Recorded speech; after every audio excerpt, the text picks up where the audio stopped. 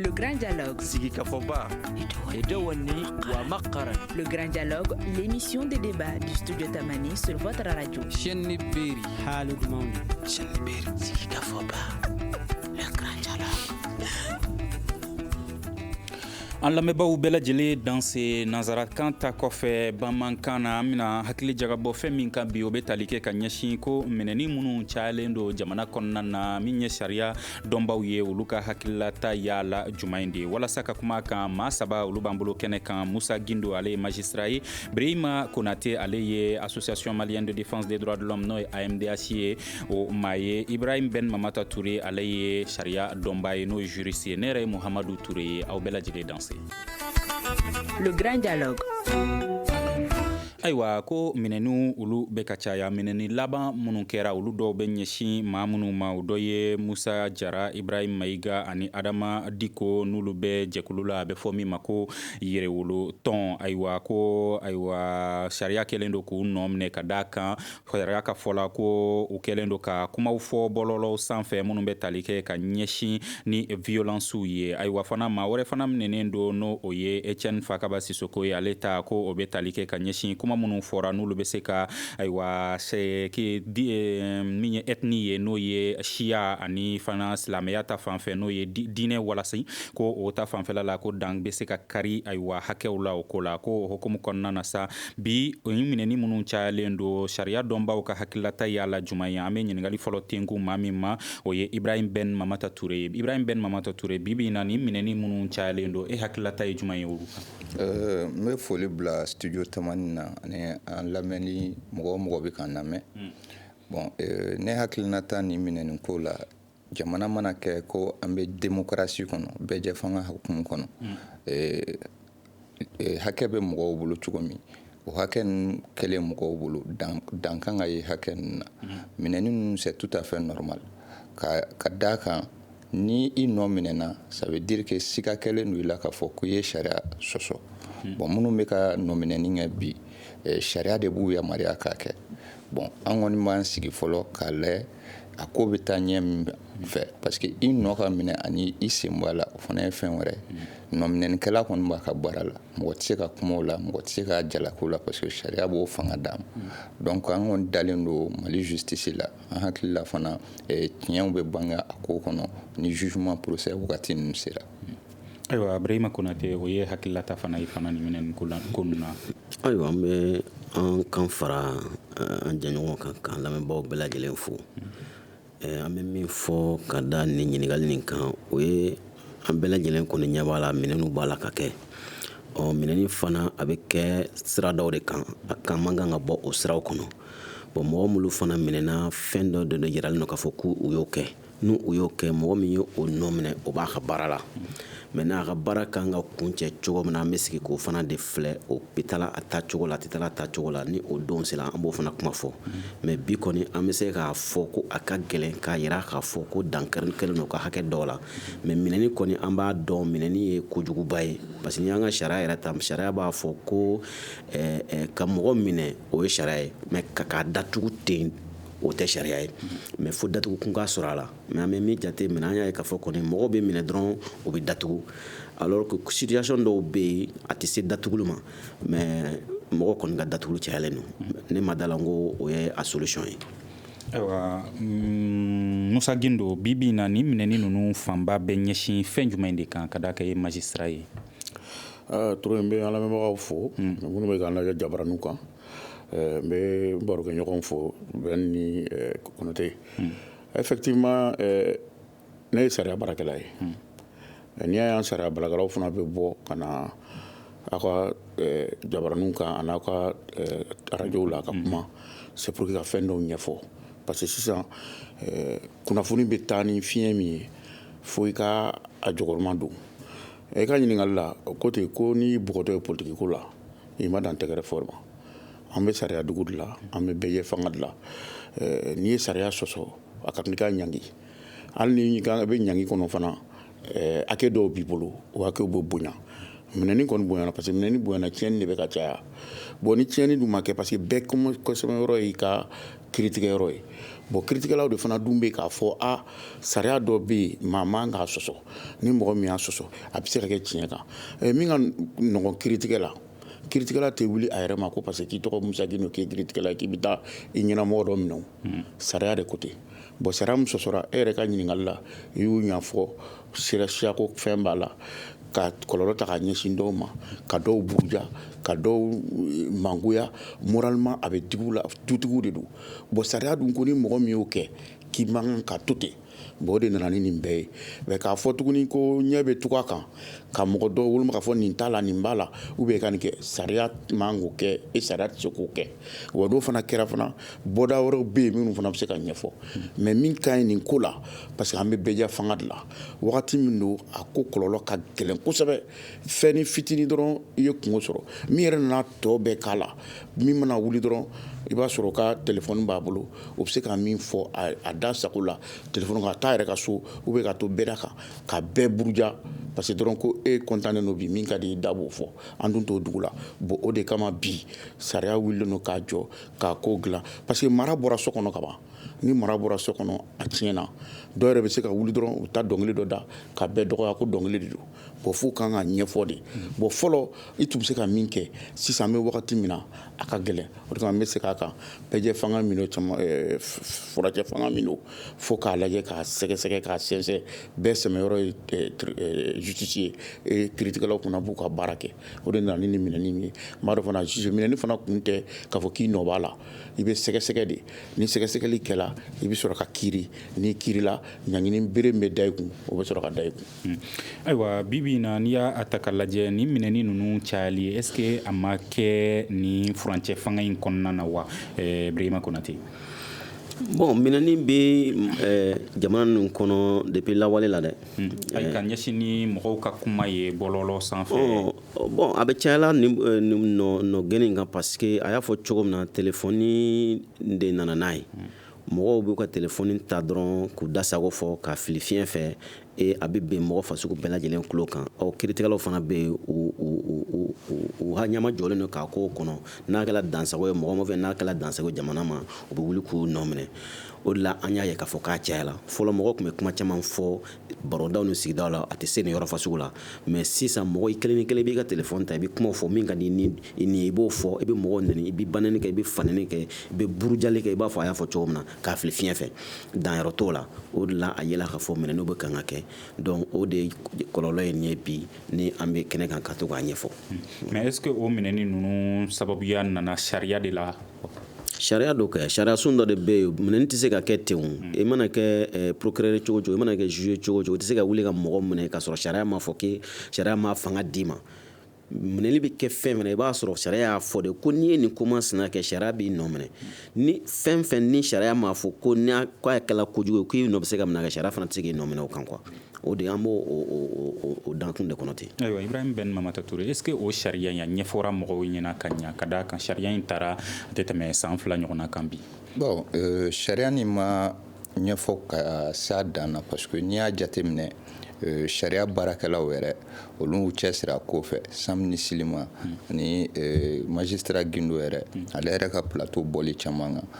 u b'o cadre kɔnɔna na campagne kɛra pour que ka mɔgɔw ladɔnniya nin sariya kura in na min bɛ bɔlɔlɔw encadrer nɛni ni publication minnu bɛ k'a kan maintenant halisa dɔ kan ka fara a kan an ka autorité fɛ c'est-à-dire ministère de la communication de la justice bɛɛ kan k'i sen don nin na pour que jamanadenw ka se k'a faamu surtout Mali ye jamana min ye maa kalanbali de ka ca ni maa kalannen bon n'i y'a lajɛ an ka sɛbɛnfura ninnu u caman bɛ nazarakan de la donc fo ka fɛɛrɛ de ɲini k'a bayɛlɛma a ka se ka ɲɛfɔ cogoya la communication sira caman fɛ radio b'o la télé b'o la réseaux sociaux b'o la ani ko caman wɛrɛw pour que mɔgɔw ka se k'a faamu ka se k'a dɔn dan bɛ bɔlɔlɔ ninnu utilisation na pour que u kana bin nin ko ninnu kɔnɔ ayiwa bi n'an ye jamanadenw hakililata ye ka ɲɛsin ni minɛni ninnu ye est ce que an bɛ se k'a fɔ u ka faamuyali la sariya de bɛ k'a ka baara kɛ walima kelen olu bolo mɔgɔw bɛ ka commencer ka bali kuma de la bon n'i y'a ta k'a lajɛ jamanadenw hakilina tilalen don n'i ye dɔw ɲininka u b'a fɔ ko sariya bɛ ka boli parce que an bɛ furancɛ fanga min na olu nakan kɛra ko ka sariya bila ɲɛfɛ parce que maliyɛn sɛgɛnna kojugu injustice ko ninnu na donc maintenant fanga dira sariya ma sariya ka se ka boli bɛɛ kan k'a yira k'a fɔ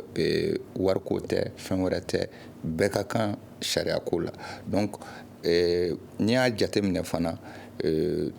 kunu san 10 bi ɲɛ bandiya bɛ kɛ cogoya minnu na i b'a ye k'a fɔ dɔ farala kan mentalité changera évolution cayara bon bololɔ yɛrɛ fana nana kumada dira mɔgɔw ma mɔgɔ min mana wuli bɛɛ bɛ wuli i bɛ fɛnw utiliser bon fan dɔ in fɛ olu bɛ ka a faamu k'a fɔ ko sariya tɛ ka boli i n'a fɔ a bɛ kɛ cogo min parce que an bɛ cɛmancɛ fanga na kunu dɔw tun bɛ fanga na olu binna bon an bɛ se ka bisigi k'a fɔ ko dɔw diminen don a bɛ fɔ ko minnu nana sisan u bɛ k'u venger dɔ ninnu na donc hakilina kɔni bɛ nin fila de kɔnɔna na. ayiwa Musa Gindo est-ce que vengeance b'a ko la wa. Sariya tigɛyɔrɔ tɛ se ka kɛ vengeance ye tajuru sara de ye tajuru sara bere tɛ maa si bolo sariya bɛ yen dɔrɔn k'a dilan bamananw ka kuma tɛ yan ko n'i ye fugulan tɔmɔ na n'a ye fugulan tigɛ fugulan tigɛna k'a kɔnɔ k'a bɛna bin bon o gɛlɛya de bɛ Mali kan parce que mɔgɔ bɛ ɲɔgɔn lajɛ fɛn dɔ fɛ ka fɛn dɔ bisigi dɔ ta ka s'i ma bon ni sira ma fɔra ko tajuru sara de don an bolo kiiri ye ka mɔgɔw hakili sigi ka mɔgɔw don da kelen fɛ a bɛ se ni aw jara ni m'aw i k'a dɔn k'a fɔ ko sɛbɛnyɔrɔ bɛ na bon tribunal kan ka kɛ o de ye an kiiritigɛlaw kan ka kɛ parce que an bɛ labɛn o de kama n y'o de fɔ n ko an bɛ furancɛ min kɔnɔ n'an m'an kɔlɔsi fɛn kelen b'an bolo o ye kiiri ye wa an kiiritigɛla kelen kelen bɛɛ interpellé don bɛɛ ni da magara la i b'a sɔrɔ an ka kiiritigɛla bɛɛ bɛ tubabukan na kuma dɔ bɛ fɔ dɔw ye u tɛ se k'a maîtriser ne ye kiiri dɔ ye a kɛra Segu a bɛ san 10 bɔ bi cɛ ye donso de ye ani a ka baarakɛla ni miiri mɔgɔ de bilala ɲɔgɔn na u nana ka na fɔ a y'a ka marifa ta ka taa miiri la ka taa marifa ci miiri baarakɛlaw la u y'a minɛ ka na assiser cour d'assises la Tarawele kɛ dɔ don ka na accuser maintenant fɛn wagati kiiritigɛla min kan ka a solona don n'a bɛ f'o ma ko avocat mɔgɔw tun bɛ k'a nɛni kɛnɛ ma k'a fɔ ko f'i ka kɛ ni mɔgɔ fagalan ɲɔgɔn de ye ka ni solona dɛmɛ mais solonabagalan nana ka na fɔ kɛnɛ kan ko sariya ye bɛɛ kɔngɔ sɛbɛnyɔrɔ ye nin kɔni filila parce que n'i ye sariya sɔrɔ i filila i bɛ taa kaso la komi fɛn y'a fɔ cogo min i ka hakɛ de b'i bolo o fana kan ka bonya ko voilà pour que ale bɛna dɛmɛ hali n'a ye mɔgɔ fagala don ko parce que kira min sallallahu alaihi wasallam n'o y'anw dɛmɛ mɔgɔw ma dɔw la mɔgɔw y'o kɛlɛ mais hali sini ko ni kiiri don sera a bɛ fɔ u bila ka don u bɛ ka min kɛ u t'a dɔn n'i taara an ka chrétien dina mɔgɔw fɛ yen Jésus Christ o crucifié tɔ a ko Ala ma ko n bɛ se mun de kɛ ninnu na k'u to yen k'u bɛ ka min kɛ k'u t'a dɔn bon an b'o fɛnw de kɔnɔ bi tasara juru tɛ n'i ye sariya sɔsɔ a bɛ sara n'o ye parce que n'anw fana ma kiiri tigɛ k'a fɔ ko kiiritigɛlaw kan k'a kɛ ten de mais est-ce que u b'a kɛ la ten a bɛ fɔ ten de n'i m'a kɛ a bɛ fɔ o ma ko déni de justice k'i ban ka kiiri tigɛ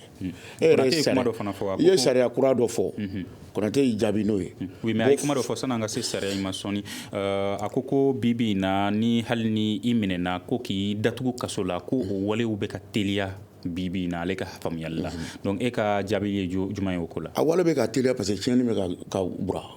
tiɲɛni bɛ ka teliya sinon Mali juge n'i y'a lajɛ a tɛ 700 ni kɔ bɔ population ye joli o tɛ miliyɔn 21 ye bon minnu bɛ ka tiɲɛni kɛ olu bɛ ka caya bon de bɛ na n'a kun ye mais a bɛ kɛ sariya de kɔnɔ n'o de fɔ n ko kiiritigɛla kan ka lafiya donc n'i minɛna dɔrɔn i bɛ se ka bila kaso kɔnɔna na kalo 3 sani i ka kiiri ka tigɛ kaso ye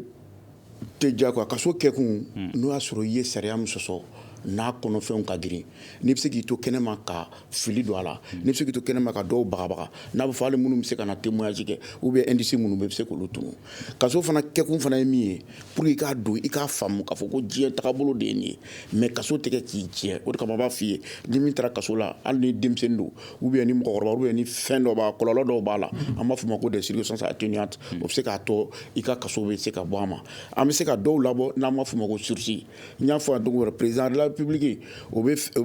fɛn dɔ signé n'an b'a fɔ o ma ko grâce présidentielle o fana bɛɛ bɛ se k'a kɛ bon olu Konate ninnu ka baara de la o parce que olu fana bɛ jɛkulu de kɔnɔ n'u bɛ se ka lafasali kɛ parce que n'o fana ma kɛ anw fana bɛ se ka trɛntɛ parce que anw fana ye adamadenw de ye. justement minnu minɛlen don o tuma n'u bɛ bila ka taa wo la danaya de dalen t'u kan k'a fɔ ko n'u bilala san'u ka kiiri don cɛ u tɛna kuma wɛrɛ foyi fɔ walima kelen kiiritigɛla yɛrɛ de b'a jateminɛ dɔrɔn sisan nin ka taa wo la de fɔlɔ sani kiiri tigɛ tuma cɛ se. ale de b'o jate minɛ a ka raison ye minnu ye dɔrɔn est ce que a tɛna se ka ne ka baara gɛlɛya parce que ni sɛgɛsɛgɛli ma ɲa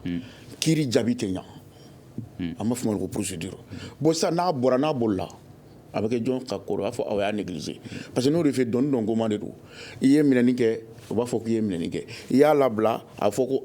juge tɛ foyi la an polisiw b'a minɛ ka na d'u ma u b'u labila bon labilali fana bɛ kɛ ni garantie de ye o de kama an b'a fɔ o ma tuguni i b'a ɲini ko ka fiɲɛbɔ da d'i ma o fiɲɛbɔ da la i bɛna fɔ juge ɲɛna ne furulen don n sigiyɔrɔ dɔnnen don den 2 den 3 bɛ n bolo n bɛ nin baara la n tɛ se ka taa ou bien avocat b'a fɔ a kalifa ne la ne b'a kɔlɔsi n'aw mago b'a la don o don a bɛ na mɔgɔ joli de bolila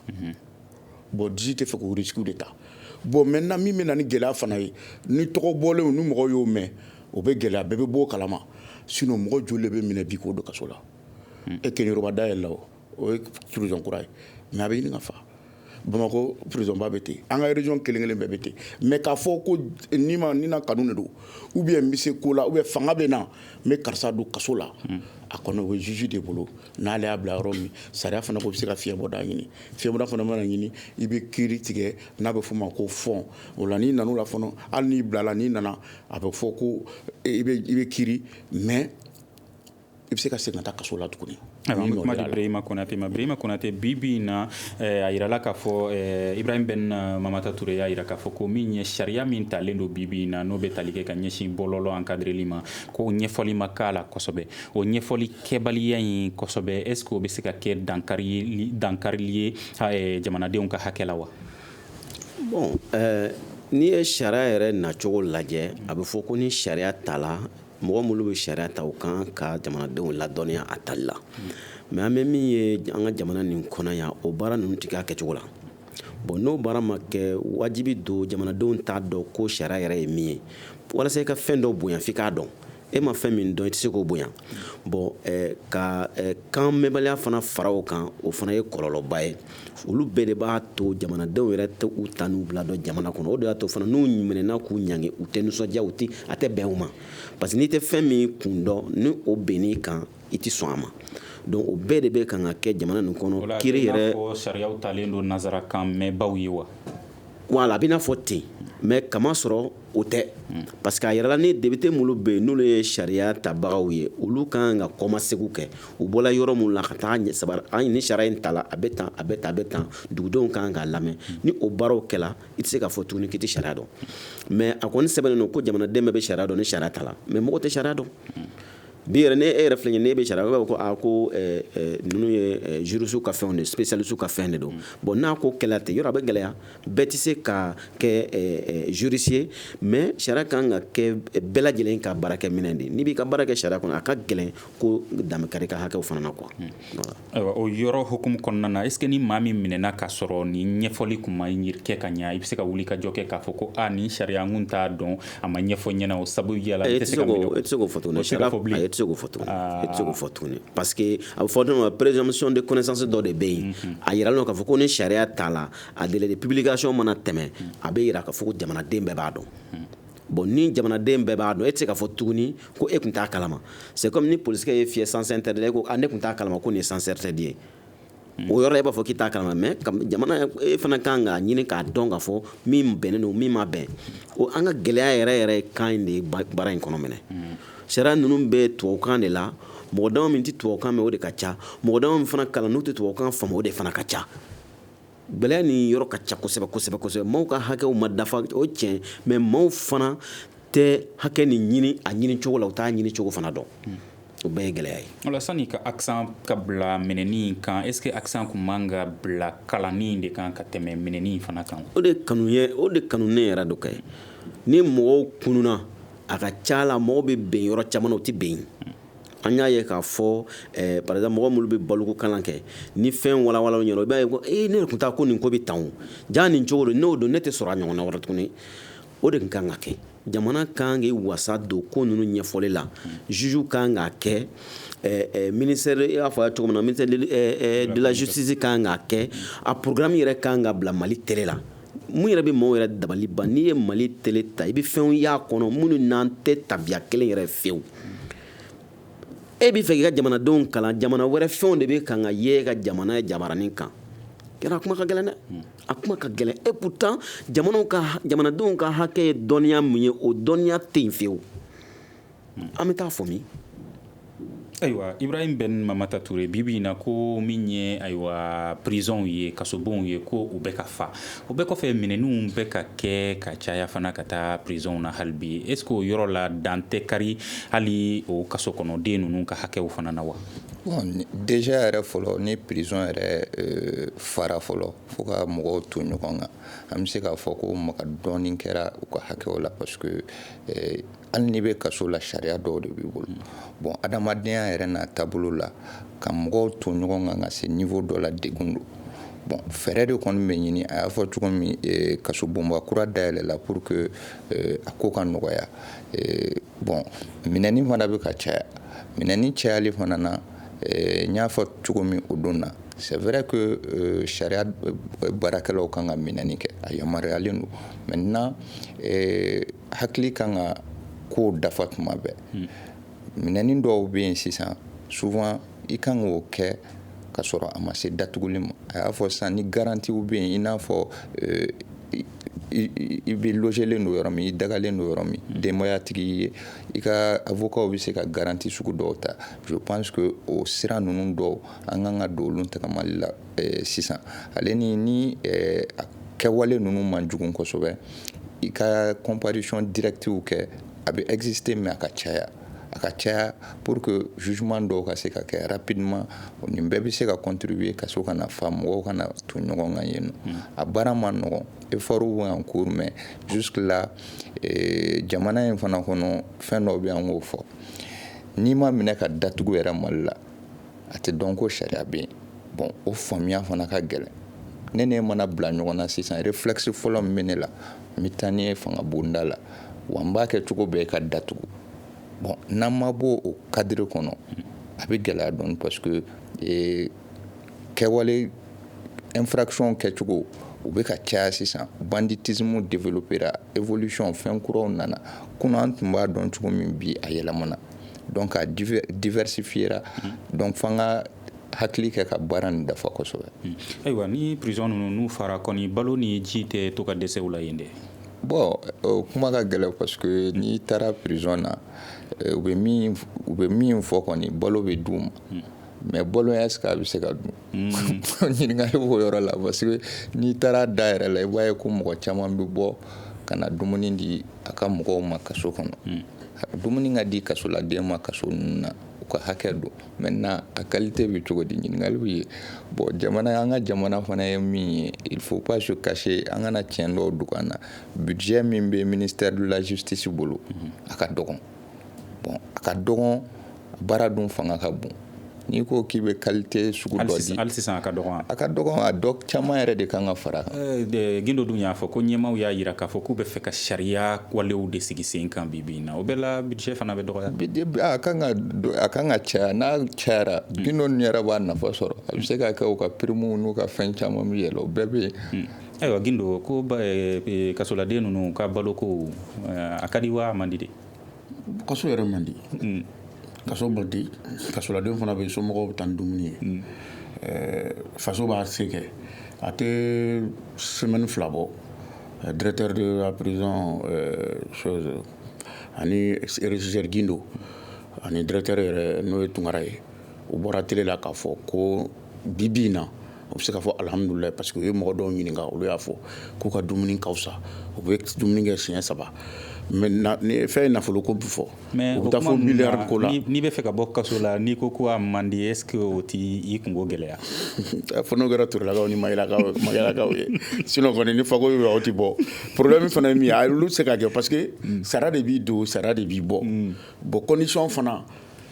o fana sariya de b'o imposer n y'o de f'i ye n ko kɔlɔsibaga b'anw na filɛbaga b'anw na tuguni min tɛ mɔgɔ wɛrɛw ye n'o ye droit de l'homme mɔgɔw ye n'olu y'a ye u b'a fɔ o de kama wagati dɔ mana gɛlɛya u bɛ visite demander ko ka sira d'u ma ko ka taa lajɛ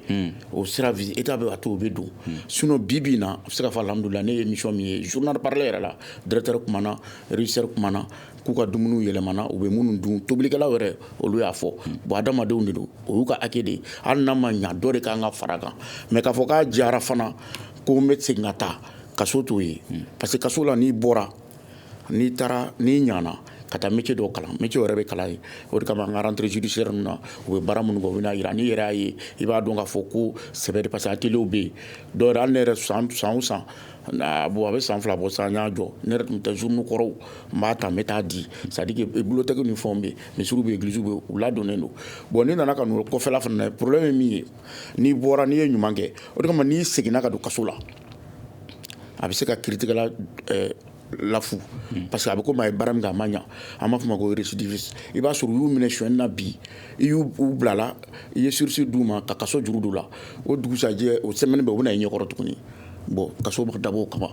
bagabagali tɛ fɛn tɛ mais a bɛ mɔgɔw dilan de bon ni condition donna u bɛ se ka lajɛ i y'a fɔ cogo an ka budget n'i ye 100 sara lajɛ a tɛ fu ni munumunu 5 bɔ. i ko a bɛ mɔgɔw dilan de mais est ce que a bɛ bɛɛ dilan est ce que dɔw kunkolow tɛ ɲagami dɔɔni fo ni kunkolo ɲagaminen sera parce que fili de don a fɔra i ye ko sariya de bɛ ta k'a fɔ ni sariya tara an ka députéw fɛ a bɛ imposer bɛɛ kan bon maintenant dɔ bɛ se ka fili t'a la o don min na président b'i bolo nɔ bila kan k'a fɔ n sɔnna k'a promulguer o bɛ imposer bɛɛ kan bon n'i nan'o kɔnɔ juge b'o de ye o bon o de kama an bɛ fɛn caman kɛ mɔgɔw t'a ye f'an ka kuma circonstance ye jumɛn ye k'a fɔ k'i ye école ou bien mangɛnɛ ni kaso ma kan ou bien ni kaso ka kan ou bien ni fɛ anw de b'o sɛgɛsɛgɛ k'o bɔ anw de b'a lajɛ parce que u b'a fɔ sisan sariya b'a fɔ ko ni mɔgɔ mɔgɔ n'i den ka walifɛn ta a bɛ komi i ye suɲɛni de kɛ o sariya kisɛ kɔnɔ ko k'a daminɛ fitinin n'o ye kalo 6 ye ka taa belebele n'o ye san 3 ye k'i kan k'o de kɛ kaso la bon dira kiiritigɛla de ma a ka jateminɛ k'a kɔnɔ n'a bɛ min di maximum ou bien minimum mais juge bɛ se ka taa lajɛ dɔrɔn a bɛ se ka tile 2 di n'a ka d'a ye sariya de ko ten n'o y'a ka conviction ye n'a ko ka san 3 d'i ma ale de y'a fɛ bon n'o fana dir'i ma n'i ma jɛn n'a ye k'i k'a fɔ n ma jɛn n'a ye n'a bɛ f'o ma ko appel o bɛ yɛlɛ ka taa yɔrɔ wɛrɛ ka jugement kɛ mais a t'i ka kaso ladon bali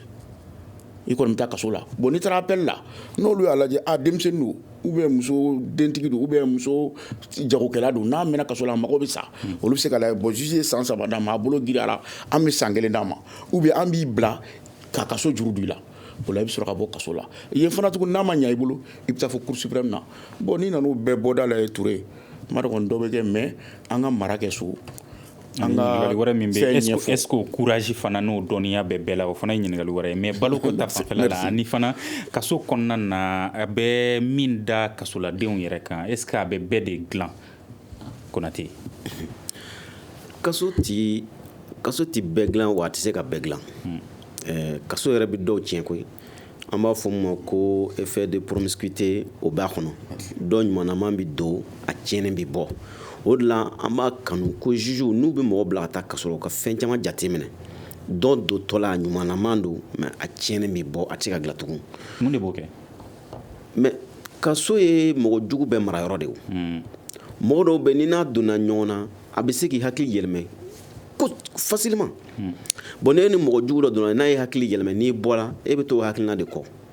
o de la a bɛ fɔ mɔgɔ min ni jɛn bɛ se ka kɛ a ma a kana taa kaso la fɛn bɛɛ ka kɛ a kana taa walasa a kana fara tiɲɛniw kan o de bɛɛ kɔsɔn donc danfara tɛ k'u ni ɲɔgɔn cɛ o bɛɛ bɛ ɲagami ka don ɲɔgɔn na de ouais mais su mana ko bɛɛ bɛ t'i ka yɔrɔ la mais dugu mana jɛ o bɛɛ bɛ ɲɔgɔn sɔrɔ yɔrɔ kelen na ne ni e teri an bɛ sigi ka baro kɛ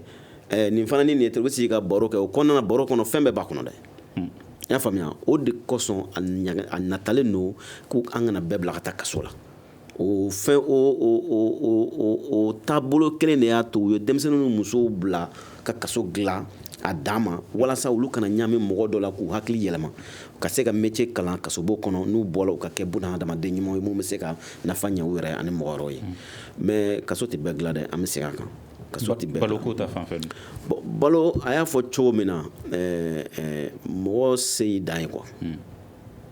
n'i ye ninnu ministère de la justice ka budget jate minɛ u b'a fɔ k'u ka budget ka dɔgɔ de b'a to u tɛ se ka kasodenw balo mais o dɔrɔn tɛ dɛ kasodenw ka ca kaso ma bon ni kasoden cayala ni kasoden o ka ca balo ma kɛ ni kasoden cayala kaso ma balo fana bɛ dɔgɔya o la de o t'u ka hakɛ ye wa balo in sɔrɔli balo kɛnɛya o ji o nin bɛɛ ye kasɔrɔdenw ka hakɛ ye u b'a sɔrɔ hakɛ kelen min b'e bolo kɛnɛ ma o hakɛ kelen de b'u bolo yen mais u b'a sɔrɔ u t'a sɔrɔ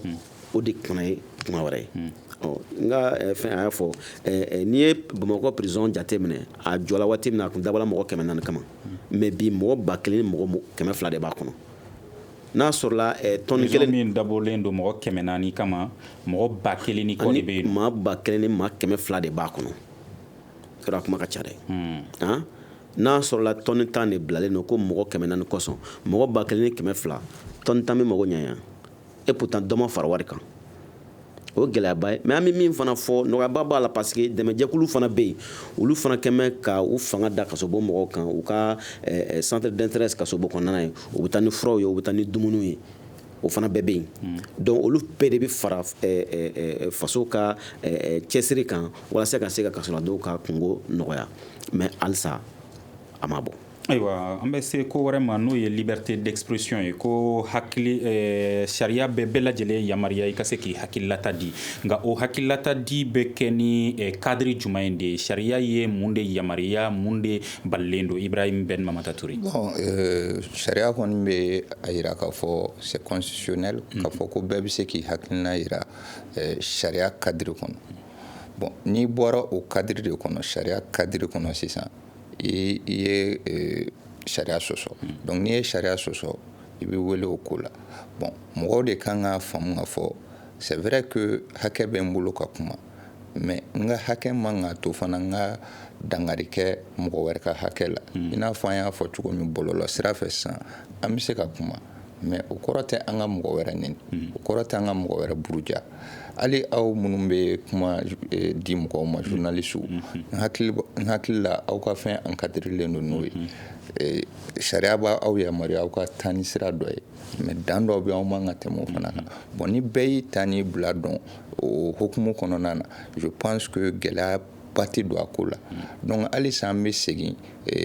pédagogie yɔrɔ in ka mɔgɔw kunnafoniya u ka hakɛw bɛ dan yɔrɔ min u man ka tɛmɛ min kan halisa an kan ka se an ba don o yɔrɔ de la k'an sinsin pour que jamanadenw ka se k'a faamu n kan ka nin kɛ n dan ye nin yɔrɔ ye n'o ma dɔn dɔrɔn a baara bɛ gɛlɛya donc walasa ka se k'a ɲɛfɔ dɔɔni a bɛ i n'a fɔ ni i ma sɔn mɔgɔ dɔ ka kuma ma bɔlɔlɔ sanfɛ i bɛ se ka bɔ k'a yira ma sɔn karisa ka kuma ma a ye min fɔ ne ma sɔn a ma mais a ye min fɔ ma sɔn a ma a tigi bɛ tan k'a nɛni o de bɛnnen tɛ o bɛnnen tɛ cogo si la parce que débat di de hakilina don hali ni débat in na sisan a bɛ se ka kɛ ne bɛ ka fɛn dɔ fɔ an na yan dɔ tɛ sɔn a ma mais a b'a hakilina de kɛ ka ne ta in kɔkari a tɛ se ka bɔ o cadre kɔnɔ k'a fɔ k'a bɛ ne yɛrɛ attaquer ka ne dɔgɔya n'a y'o kɛ bon sariya bɛ yen n'a ma diya ne bɛ taa plainte k'a kan k'a fɔ k'a ye n dɔgɔya hakili jira kɛnɛ kɔnɔna na or que a ma dabɔ o kama donc o gɛlɛyaw de bɛ yen mɔgɔw t'o danfara de dɔn an bɛ hakilinaw yira ɲɔgɔn na il n'est pas dit que forcément an bɛɛ hakilina ka kɛ kelen mais an kana bɔ o kɔnɔ ka don ɲɔgɔn kun ka ɲɔgɔn dɔgɔya ka ɲɔgɔn buruja n'an y'o kɛ dɔrɔn an ye dangari kɛ dɔ ka hakɛ la donc n'a ma bɛn a tigi ma a b'a nɔ minɛ ayiwa Musa Gindo sariya kura min talen don nin y'a san 2 ɲɔgɔnna ye n'o bɛ ɲɛsili kɛ bɔlɔlɔ walew ma ale bɛ mun ni mun de fɔ bon sariya yɛrɛ mun nana n'a ye kɔlɔlɔ caman de kɛra i yɛrɛ ɲɛna i ye kanabila fɔ sisan n'o ye liberté d'expression ye k'i sagona kuma fɔ parce que e ka sagona kuma fɔli a bɛ dan yɔrɔ min dɔ ta bɛ daminɛ bon jateminɛ nana kɛ k'a fɔ ko birifini min tun don a tun birilen bɛ kunnafonidilaw de kan fo ka taa wara mais kumabara nana caya fɛn caman donna a la bon mɔgɔw bilala insécurité la bɛɛ bɛ nɛni bɛɛ bɛ buruja bɛɛ bɛ fɛn ministre de la sécurité ko an bɛ nin wagati min na a ko bɛ ka caya a ye n'an ka sariya dɔ ta parce que juge filɛ n y'o de f'i ye Sénégal daba min b'anw bolo o ye sariya de ye n'an bɔra sariya kɔfɛ an y'an yɛrɛ sɔsɔ n'an ma sariya fɔ fana an y'an yɛrɛ sɔsɔ bon o wagati kow bɛ ka caya mɔgɔ n'i ye jateminɛ b'a fɔ fɔlɔ tun bɛ nin kɛ foyi ti bɔ a la mais sisan n'i ye nin kɛ dɔrɔn i bɛ minɛ c'est parce que sariya de nana n'an b'a fɔ o ma ko base légale bon sariya bɛ min fɔ ko mɔgɔ o mɔgɔ ne y'i to i ka kumabaranin kɔnɔ i ka so ka téléphone ta ka bɛn n'u ye k'a dɔgɔya i bɛ se k'a fo i bɛ se k'a dɛmɛ i bɛ se ka vidéo kɛ mais k'a dɔgɔya parce que ale de k'a ye fɛn dɔ fɔ a ma jɛn n'a ye e de ye malien ye e tɛ se ka jɛn n'a ye e b'a dɔgɔya i ka b'o la tuguni o k'i ja ta n'i yɛrɛ lajɛ an ka denmisɛnnin fitininw u b'u ta u b'u photo ta ka cigarette d'u da kuma yɛlɛmafɛnw d'u da ka publicité ninnu kɛ a man ɲi bon sariya nana ta o cadre kɔnɔ bon min ye sariya in kolo girinma yɔrɔ ye k'a fɔ ko mɔgɔ mɔgɔ bɛ poursuivre kɛ n'a fɔ cogo k'i magɛn n'o ye procureur ye k'i bɛ se k'i to i sigiyɔrɔ la n'i bɛ Gawo i bɛ Tɔnbukutu i bɛ Bayangaraw i bɛ Kayi ko ni mɔgɔ mɔgɔ y'a kɛ Bayangara i bɛ se ka t'o minɛ o de kama a b'a ye bi an ka sigida dɔ bɛ an ka district kɔnɔ n'a fɔ commune 4 o ta bonyanen don mɔgɔw ko ko kelen de ye procureur ya procureur bɛɛ bɛ se ka kɛ n'i nana fana lajɛ a sariya sɛbɛn n'o k'i ɲangi i b'a sɔrɔ fɔlɔ san 1 kalo 6 kaso o kaso bonyanen don pour que ka mɔgɔw bagabaga a ka se ka dabila n'i bɔra kɔnɔ tun k'a lajɛ sariya dilen bɛ enquêteurs ma minnu bɛ sɛgɛsɛgɛli kɛ ka don i ka wagati bɛɛ ka t'i ka baarakɛminɛnw ta n'an b'a fɔ o ma ko jabaraninw n'o ye téléphone ye n'o ye phototalaw ye n'o ye ordinateur ye pour que ka enquête kɛ c'est pour dire que nin loi in san 2 don bi mais a mankan cayara bon min nana mankan fana cayali ye mɔgɔw y'a dɔn minɛnin dɔw don senfɛ ko sariya in bɛ yen bon maintenant mun de kan ka kɛ anw baarakɛlaw juristes ani sɔnnadɔnbagaw ani avocats ni fɛn an de kan ka nin ɲɛfɔ dugudenw après députés kan ka taa restitution k'u ka yɔrɔ la ka fɔ sariya dɔ bɛ a y'aw kɔlɔsi bon n b'a dɔn publicité nana fisa parce que sisan i ye fɛnnin fitinin bila fɛn kan dɔrɔn a taara n bɛ misaliya dɔ ta an kɛrɛfɛ dugu dɔ la n tɛna dɔw fɔ muso dɔ de ye téléphone ta dɔrɔn ka fɔ ko yen dugu mɔgɔw bɛ ka bugɔ dugu dɔ la k'u y'u siri k'u da k'u photo bɔ dɔrɔn k'a bila a kɛra kɛlɛ ye dugu ni ɲɔgɔn cɛ bɛɛ bɛ ka taa o karisalakaw minɛ k'u bugɔ comme débat de don k'u bugɔ k'a fɔ ko k'u y'an ka mɔgɔ bugɔ mais nana lajɛ nkalon don